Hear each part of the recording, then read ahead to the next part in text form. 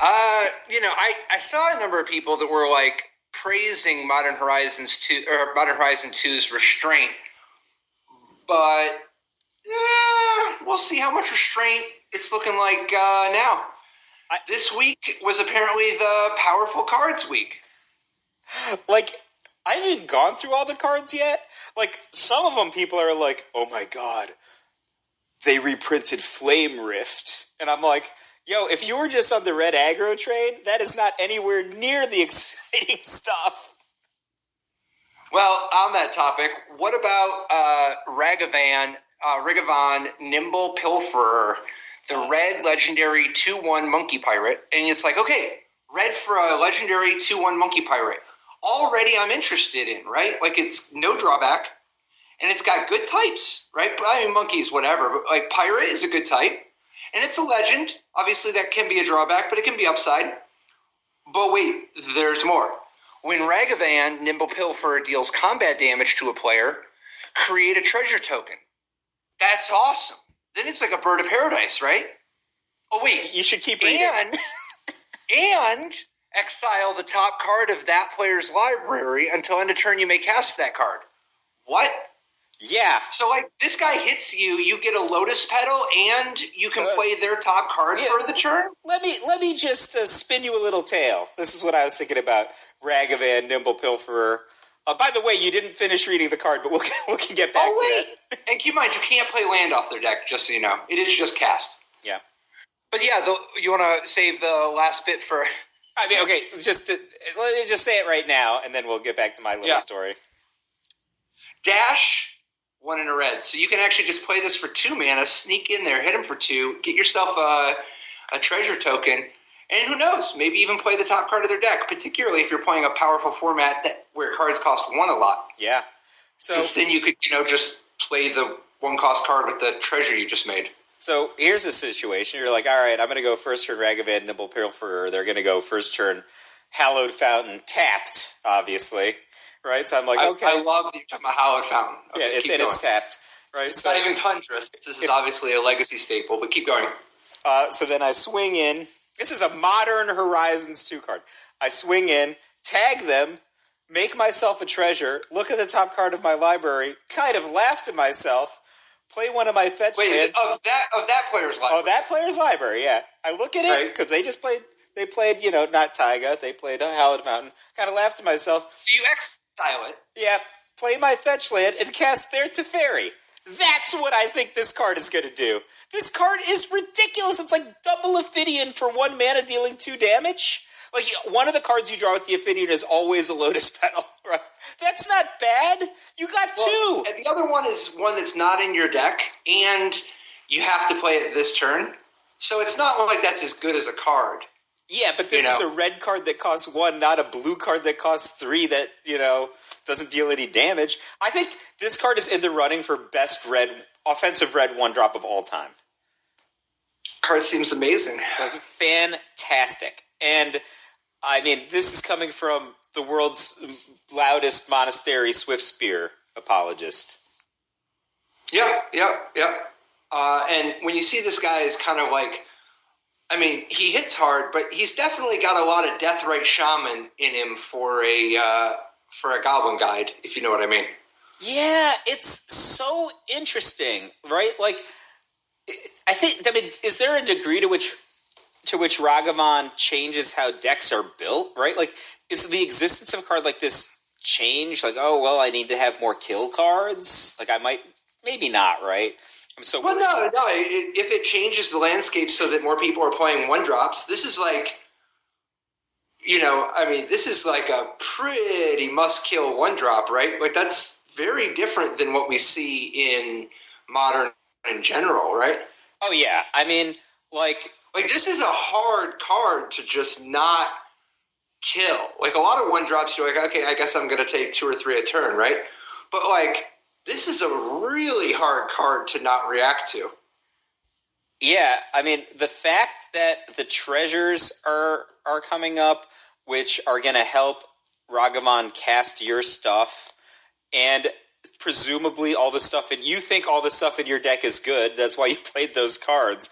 It's very different than just somebody dealing, 1 point of damage before prowess triggers. It is I don't know. This card is incredible to me. Now, here's a nice little cherry on top. You know how playing Robber of the Rich is like kind of a sweet transformational sideboard plan? Well, imagine playing Ragavan out of your sideboard. Like out of like a control-ish deck sideboard? Right, out of a control deck or a combo deck, some deck with like no creatures or no cheap creatures. You just play Ragavan, and then like, why would your opponent have Fatal Push still in their deck? And now you're getting treasures every turn in addition to getting extra cards? Oh, that's filthy. You're a combo deck and you're getting treasures? Isn't that so sick? It sounds like how you would win a big event. Maybe not a Pro Tour, but this card seems amazing. This card seems amazing. I mean, it's... What do you think? Do you like it? Is this the best one drop in the set? Oh, I mean, the other red one drop is really good also. I think Ragavan is better than the other one, but the other one is also... So you're talking about the new Dragon's Rage Channeler, right? The Red Delver? Yeah, the red. This is red for a 1/1 human shaman. Whenever you cast a non-creature spell, Surveil 1, which you can look at the top card of your deck, and if you want, you can put it in your graveyard. And then it also has Delirium, where if you have 4 or more card types among card types in your graveyard, Delirium Rage Channeler gets +2/+2 as flying and attacks each combat if able. So this guy's a 1/1 that lets you get some selection, right? But then he flips, so to speak, as long as you can Delirium, and then you get yourself a 3/3 flying, reckless, like a 3/3 flying, I guess just gets in there every turn, threat. Yeah, so, I mean... And he still gives you the selection. Yeah, so Surveil is an interesting card. I mean, obviously, we have a high amount of precedence for prowess with this, right? You have Monastery Swift Spears and Soulscar Mages and, things that proxy that, right? Like, different kind of Niv Magus Elementals or whatever. This is doing Surveil instead. That in and of itself, at least I was, like, already raising my eyebrow because, like, that's an ability that we don't commonly see on a red card. I don't know if I've ever seen that on a red card, Surveil. So you start there. Yeah, it's more of a demure thing. Yeah, the second thing about it is it's not that you need to Surveil 4 times, right? Like, you could just, Lava Spike them or, Lightning Bolt one of their creatures, and then you get a Surveil out of that. That's already, if you use a fetch land, that's like 3 types already. And who knows, it's not like you don't have access to all kinds of artifact, sorcery, instant, creature, and that's, not even counting Mishra's Bauble or Seal of Fire, and you got fetch land, of course. I mean, those cards Seal of Fire, definitely in there. I mean, the Bauble is going to be in there if you're going to play Allurus of the Dream Den deck, probably not if you're not playing Allurus of the Dream Den deck. Maybe, this seems like it would be a pretty good Allurus of the Dream Den card. I'd have to see what else we're working with. If we're going to go that direction, I might even imagine like a Pyrite Spellbomb somewhere. Like that's no, the ship has sailed.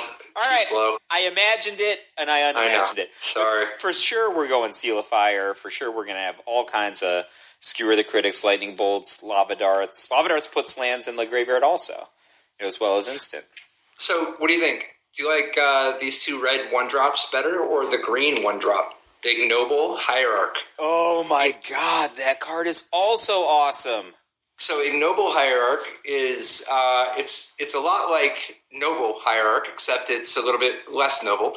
It's a Goblin Shaman, so already interesting types, but it's a 0/1 Exalted, and like Noble Hierarch, it makes 3 colors of mana. But the difference here is that you can make red, black, or green instead of blue, white, or green. This card is instant. First of all, it's playable in Vintage, like Noble Hierarch is. Second of all, it's a staple for Legacy, like Noble Hierarch, and every single format it's legal in. The fact that this even has good types is I think this card is this is going to be a game changer for Goblins. Oh. But I also just think you could just play this card in the merits. This card is unbelievable. It's every bit as good as Noble Hierarch. I didn't even think about playing it in Goblins. That's how I was just thinking about playing it as the Jundish version of Noble Hierarch. Yeah, but you're right. goblins is another way you could go with this, and that makes perfect well, and sense. this is a great card for a goblin deck, right? Like, it's not like they even have like good 1-drops right now, right? Like, that's a little bit of a weakness, but they're a deck that could really use this mana. You know, if you can get Muxus out early, if you're playing, a format where it's legal, or if you can get out, even just getting out, ringleaders or siege gang commander or whatever. Well, imagine if you got this and Aether Vial, I mean, you're doing it. Imagine you played Ignoble Hierarch on the first turn, and then you played one of the infinity 3 casting cost Goblin Lords that have haste that you can play on turn 2, right? You just ran one of those out on turn 2. It even works with the Exalted. Oh, yeah. Plus, this is a great card to give haste to. Yeah. So that later you can just drop it and net mana. Or break even, but like you get the net damage from the Exalted. So, I obviously think this card is a spectacular card in terms of its tournament playability, impact on formats, including modern or whatever formats it would be legal in. I agree with you across the board. I mean, any place that you would have seen either Deathrite Shaman or Noble Hierarch or Birds of Paradise, whatever analogs we're talking about being played, Ignoble Hierarch is going to be a great contributor to those decks, especially if they're Jund colors it's like a red-green deck, right? Like, it's better than Noble Hierarch in a red-green deck. Andre Coimbra won the World Championship with a red-green deck playing Noble Hierarch. So this card is spectacular from those perspectives, but I kind of really dislike it because I think it's like a bad design. Why? Exalted on a Jund creature? A goblin that taps for mana? Like, none of this makes sense to me. No, goblins already make mana. This guy's they don't tap for mana. Goblins like green. All right. I mean, I'm all for new things, man. It just doesn't seem right. An Exalted Jund card doesn't bother you at all? Exalted not at all. That's the Bant ability. It was one time a Bant ability back in the early 2000s. Who cares? Dude, you got to space it out. Exalted plays awesome. I think this card's going to play really well. It's going to make games more fun and deck building more interesting. Well, no doubt this card is going to be a heavy, heavy contributor to people's victories. But there's other stuff in this. Actually, there's a couple more 1-drops we should talk about. What do you think of switching over to the white 1-drops? What do you think about the Esper Sentinel? White for a 1/1 artifact creature, human soldier. That's some hell of a types. Whenever an opponent casts their first non-creature spell each turn, draw a card unless that player pays X, where X is Esper Sentinel's power. Oh my gosh. This seems like it would be very annoying for some decks. Well, sort of. You got to remember, if you're just playing a combo deck, you could just let if they're playing a humans deck, just start letting them draw a whole bunch of cards. Yeah, but what if at the end of the day, you're only drawing one a turn? No, what if Esper Sentinel is in a control deck sides in Esper Sentinel? They just play it on turn 1 to put a combo deck on the clock. The combo deck has a hard time now just casting their early game Ponder Preordained stuff to set up their big turn.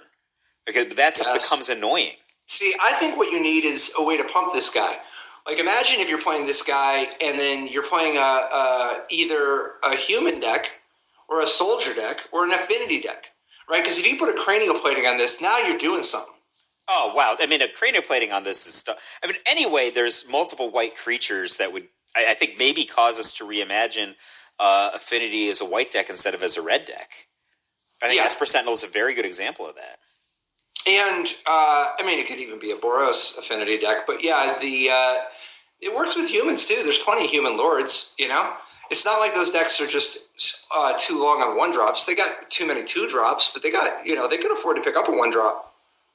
So, this card, I think it's not as good as it looks. But it's worth a shot. It's worth a play. It's got so many little things going for it that it's, relatively mediocre compared to some of the juice we've talked about. Its rate's just fine. It's not busted like a lot of these things, so it's worth a shot. It's just not a given. What do you think about it in control? Just non-playable, only affinity-ish type things? Or humans or soldiers or something. Okay, but I was thinking, affinity-wise, Arcbound Mauser seems like a playable 1-drop to me. Oh, plus, if you put +1/+1 counters on this in your affinity deck, But so this is that, Arcbound Worker upgrade, right? Yeah, but it's white, for a right? 0/0. So it's not just Arcbound Worker. It's not just. It's got good types. Cat, you're doing something. But Lifelink. Lifelink is actually a deceptively useful ability for an affinity deck. If you put plating or a bunch of counters on this, it kind of changes the range of your options, that you actually have the ability to do a little bit more racing. It reminds me of when you used to be able to play Vault Scourge. Nowadays, you can't really justify Vault Scourge. There's too much competition. But I think this is a really cool addition to affinity in the in the spots where you, like, if you can cast it. I agree on all points. I think, like, if we were going to reimagine a universe where we were playing a white affinity deck, you said maybe Boros affinity deck. I don't know. Do we really get that much out of red at the point that we're just, all right, I'm now a creature deck now. I'm playing all these white creatures. I think I would try it just as a white deck first, because colored mana is semi at a premium in that deck. I guess a lot of things depend, right? But if we're in a white deck, I think that I would just want to play Arcbound Mouser. He seems like he'd be a good man in the white deck. Like, Lifelink plus Tradio Plating, Lifelink plus his modular ability, Arcbound Ravager's modular ability, etc. I don't even know how, like, certain fair decks win game one against this card. You just put a bunch of counters on it and attack them, and then, like, even if you kill it, then they just keep the counters. This is also live. If there's some kind of a Conclave, mentor deck, like a green-white tokens deck. I mean, not green-white tokens. Green-white +1/+1 counters. This card could be, this card's got, it brings something to the table that's worth considering. You mean like a Hardened Scales type green-white deck? Exactly. I thought about that as well. It seems a little choppy to me for that kind of, because it's a lot of different things. You're like, you're green, you're white, and you're artifacts. Well, no, you're mostly artifacts, because you're already playing like Walking Ballista, Hangerback Walker, Steelbound Overseer. It's not like you're not loaded with artifacts already. Yeah, so you're saying, like, model it on. Do any of those decks play green black, or are they generally mono? Yeah. No, so they're sometimes, like, they're most commonly mono green or green black. So, but this is sort of there's a few things that could potentially get you interested in white. And the Conclave, the mentor's already, not that far off from Winding Constrictor. Yeah, you would just change the Winding Constrictor for the green-white version and then add cards like this. I'd buy that.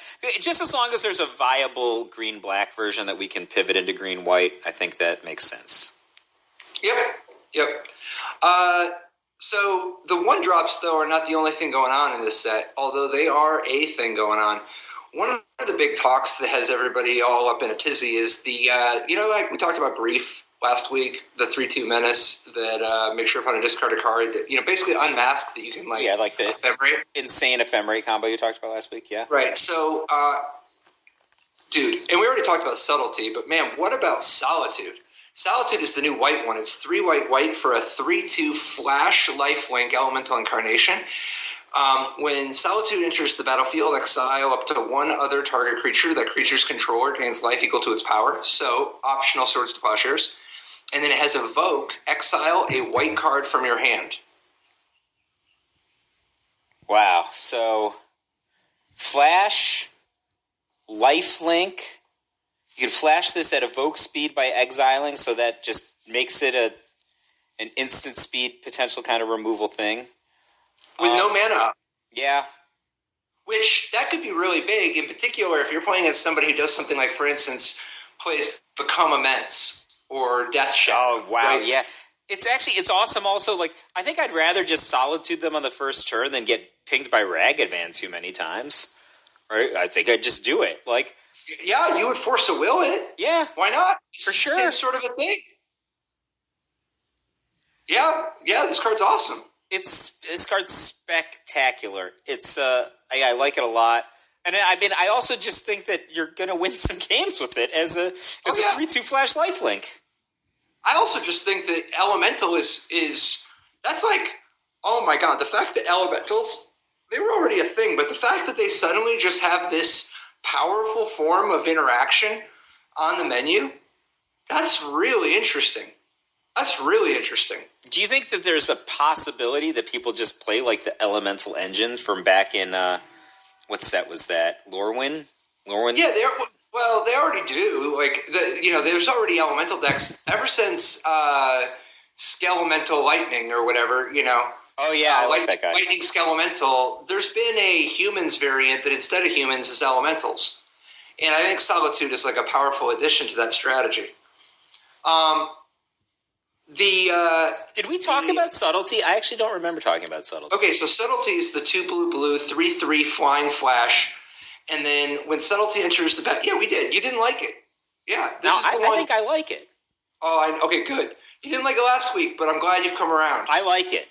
Yeah, this card's the opposite of subtle, but that's part of the name is because it's a blue mage. Blue mages are like that. It's clever. Yeah. I don't know, man. I think Subtlety. It's a little weird that it can hit uncounterable stuff, but whatever. I guess it's something else it can do. We talked about Grief last week, but there's actually another discard card. I know we talked about Turok, didn't we? Yeah. Oh, the 4 that costs Turok? Well, 2 costs, but it can be 4. But hold on. So there is some other stuff that, like, kind of a different direction. Sivulun, God of Sea and Sky, is a 1 blue 3/4 legendary merfolk god. And if you control 2 other merfolk, Sivulun, God of the Sea and Sky, has indestructible. And when it attacks, draw a card. Other merfolk you control have ward 1, where stuff played on them is countered unless they pay 1.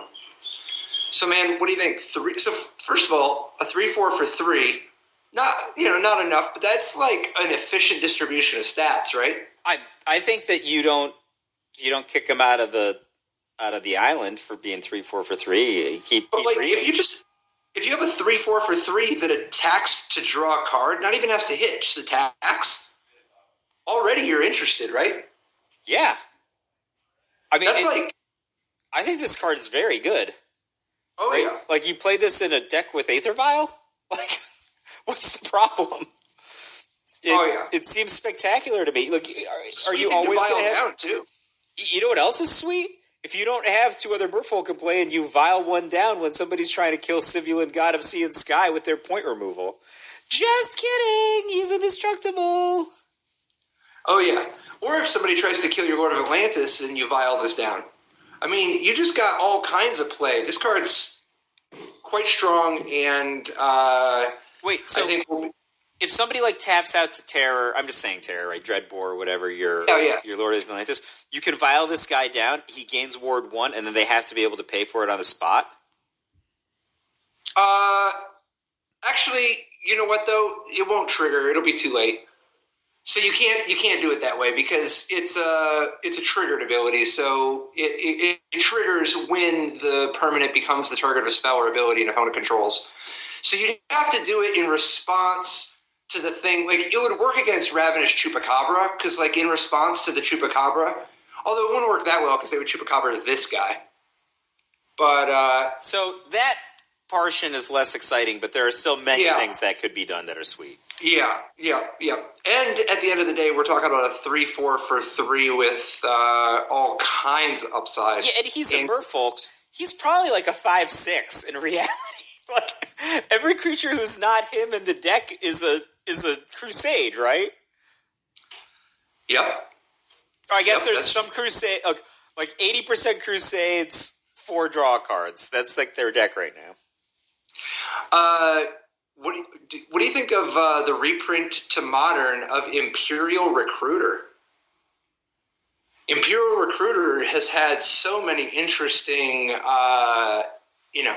jobs over the years, but to see the card reprinted, awesome, love it to begin with, but what could the implications be in a format like Modern? It's already sees a lot of play in Legacy. It's not like there's any question about the card's quality, but what's it going to do in a format? Obviously there's nothing like a Lurin or something to crutch on, but you still have so many big hits, right?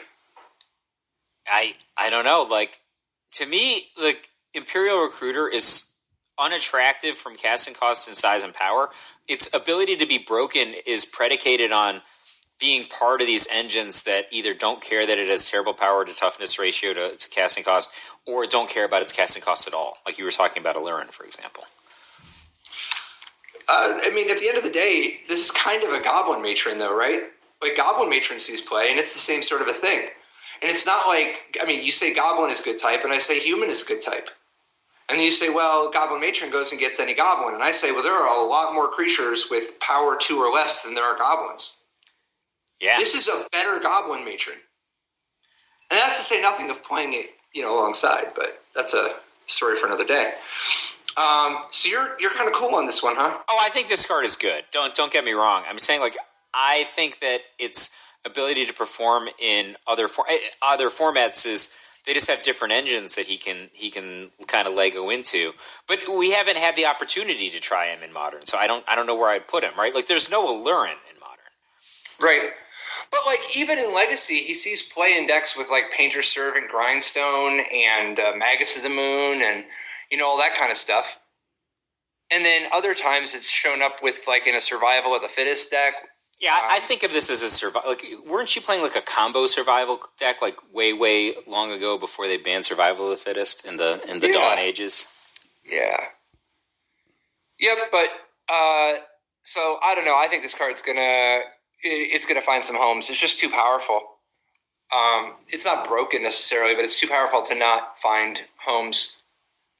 What about Chatterfang, Squirrel General? And, 2 and a green, 3/3 Forest Walk. If one or more tokens would be created under your control, those tokens plus that many 1/1 green squirrels get created instead.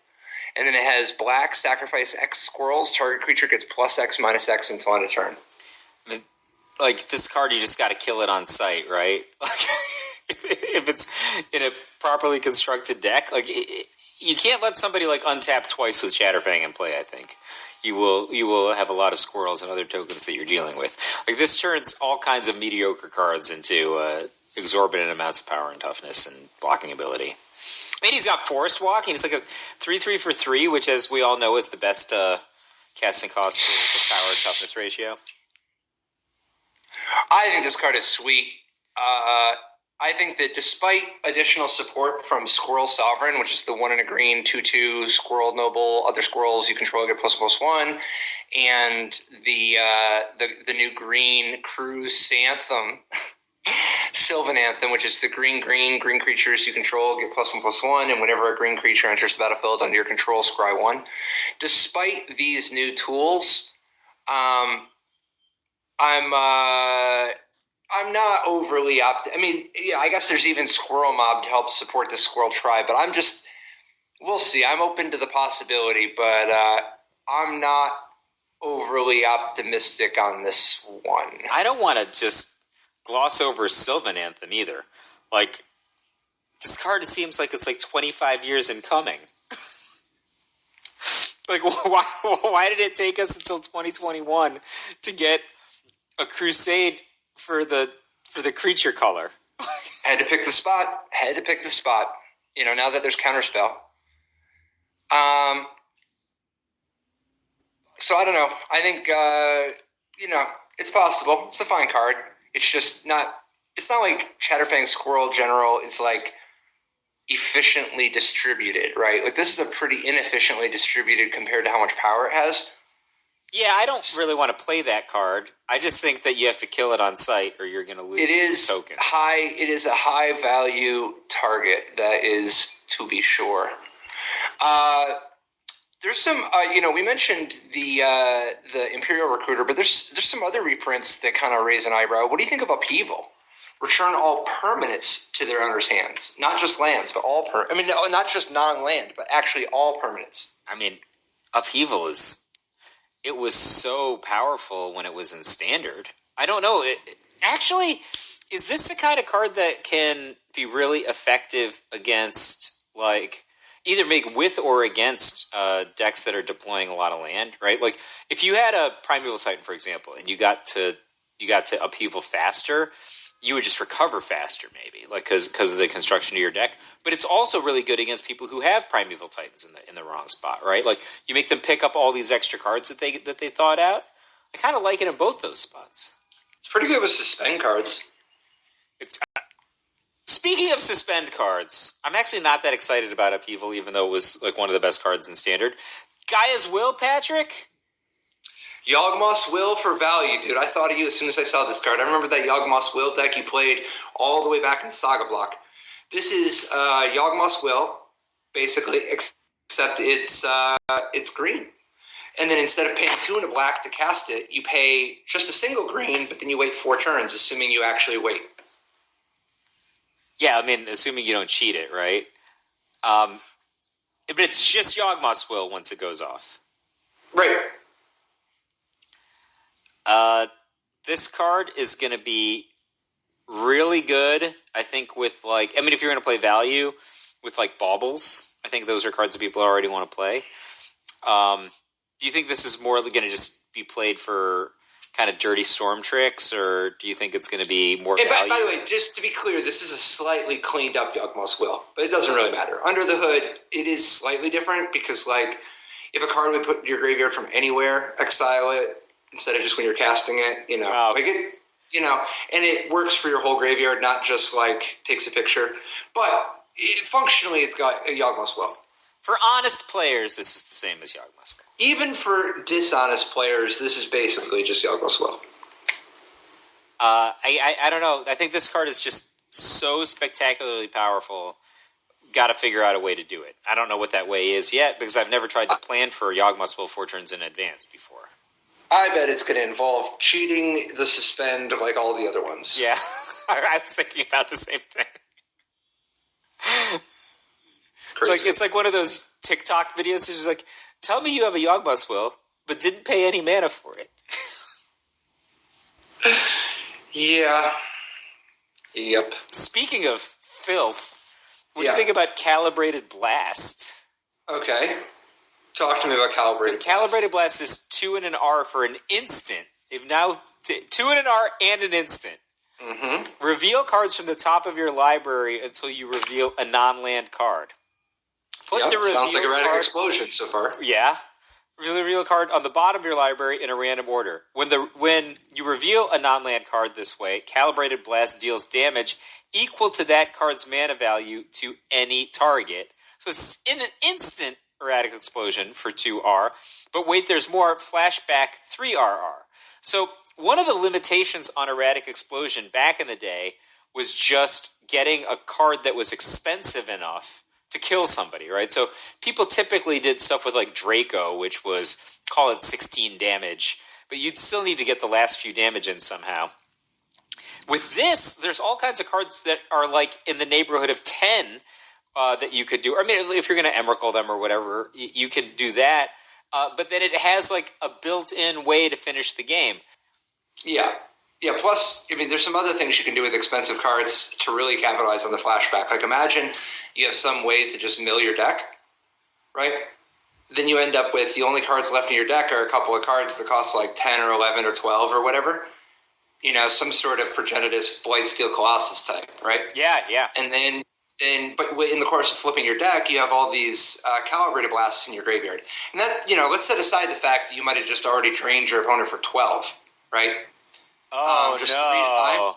But you can just flashback Calibrated Blast and they're dead. Yeah.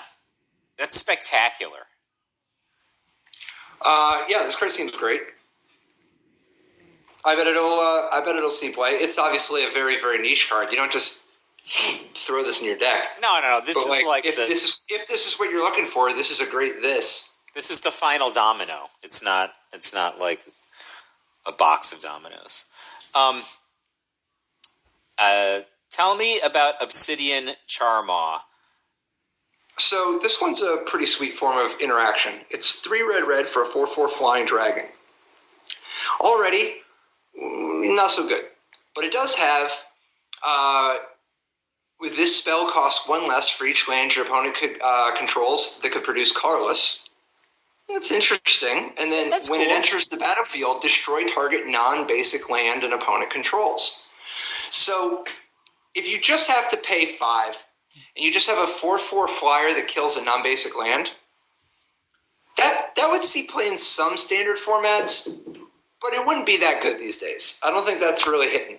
However, the fact that you can like play this on a discount, potentially a massive discount, like if you are on the play, you can just play this on turn 3 against, like, say you're playing against a Tron deck or Affinity or whatever, right? Like if you're playing against somebody who's got lots of, whether it's Urza's Mine or Mutavault or Blinkmoth Nexus or even Battlefield Forge. Yeah, right? Battlefield Forge. That's what I was thinking. Of course. Whatever ones they have, you can just drop this and you've got yourself a 4/4 flyer on turn 3 and killed their land. That's like a pretty awesome sideboard card, compared to something like, say, Molten Rain. I was thinking even, like, those Scred decks, like some of them play like Sarkhan, some of them play like more Ponza-ish. They usually play like 5 cast and cost 4/4 dragons at the top end. I mean, granted, they play dragons that don't easily bite the dust to Path to Exile, but I think like this would just be a main deck card in those decks. Maybe. It would depend on the rest of the format. I don't know. They're playing dragons. They're already playing. It is interesting. It is interesting that this works against Cavernous Souls, Unclaimed Territory. There's a lot more lands than you might realize that are just floating around with the ability to tap for colorless. Yeah, I mean, there's like specialty lands people play, like that Blue-Red Lighthouse. People just play one in their deck, in their Blue-Red deck sometimes. So I'm not that optimistic of it being a main deck option, but it's worth considering. It would depend on how the rest of the format shakes up. I think in the world of zeros or ones, this one's a 1. Yeah, more in the sideboard, but I'm with you. That card that makes clues, food, and treasure, Gifts of the Fae, 2 and a green for an enchantment. At the beginning of each end step, if you cast a creature and a non-creature spell this turn, you get a clue, a food, and a treasure. Crazy. I love it. It's super sweet. I want to be able to do it. I can't imagine this is a good thing to do in a competitive Modern tournament. Dude, this is so many things. I think it's more of a commander card, but this card is sweet. But how do you just not... I'm spending 3 mana to play Gifts of the Fae. If I'm lucky, I get paid off that turn, but probably I didn't. Right? Dude, you're making 3 artifacts a turn. Yeah, I'm dead. Like, turn 3, so I what? Gifts of the Fae. You're playing Commander. Oh, in Commander. Yeah, I don't know, man. I don't know how Dude, you could end up with so many artifacts. And maybe they'll do anything. I believe you. This seems spectacularly sweet. I mean, this is a Hershey's Kiss. It's so sweet. But I don't know, man. I'm thinking, like, if my opponent played this against me, I would just tap all my mana the next turn and they would die. And I don't even tell you what deck I'm playing, because we both know it's true. So what about the new, I guess, green land that makes everything forests? From the mines that originally made, Yawgmoth's Tomb of Yawgmoth. You've got Yavimaya, Cradle of Growth, legendary land. Each land is a forest in addition to its other types. It's a cool card. This card's good, right? Yeah. I mean, I don't know, like, exactly how it would work, right? Like, what do you mean? I mean, like, when you play, like, Urborg, for example, of Yawgmoth, you do stuff where you're just, like, first turn Urborg, Thoughtseize you, second turn Dark Depths, Vampire Hexmage. Like, that stuff comes together. Well, that's anything you do. There's a lot of other things you do with Urborg. Like, for instance, if you're playing, like, a life... and corrupts but, like, if you've got a Life from the Loam deck, right? You already are trying to, like, support triple red or triple green, and you have all these other lands. Being able to, like, turn on Raven's Crime so that all your cards can... That's got a lot of use, right? Yeah. But let's suppose that you want to go a different way. You want to be able to ensure that you can play a triple green card in your Loam deck. Well, this card could help with that. Second of all, if you're playing, like, just a lands deck, you don't necessarily actually want black mana at all, right? If you're playing, like, 37 land or 42 land or whatever, but you want green... You'd love to have all those rinky-dink lands tapped for a green, right? Absolutely. And then there's combos. There's combos because of its ability to interact with forests. Like, for instance, what if you combine this with the reprint Queering Ranger? Green for a 1/1 Elf Ranger. When you can return a forest you control to owner's hand to untap target creature. Activate only once each turn.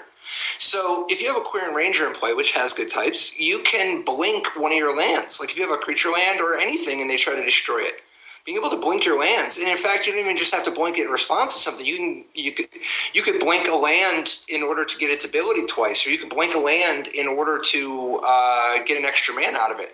Now, you can already do that with whatever forest you have, but the ability to potentially do this with a different land is kind of interesting. Another thing you can do is really mess up your opponent's forests, right? Like, say...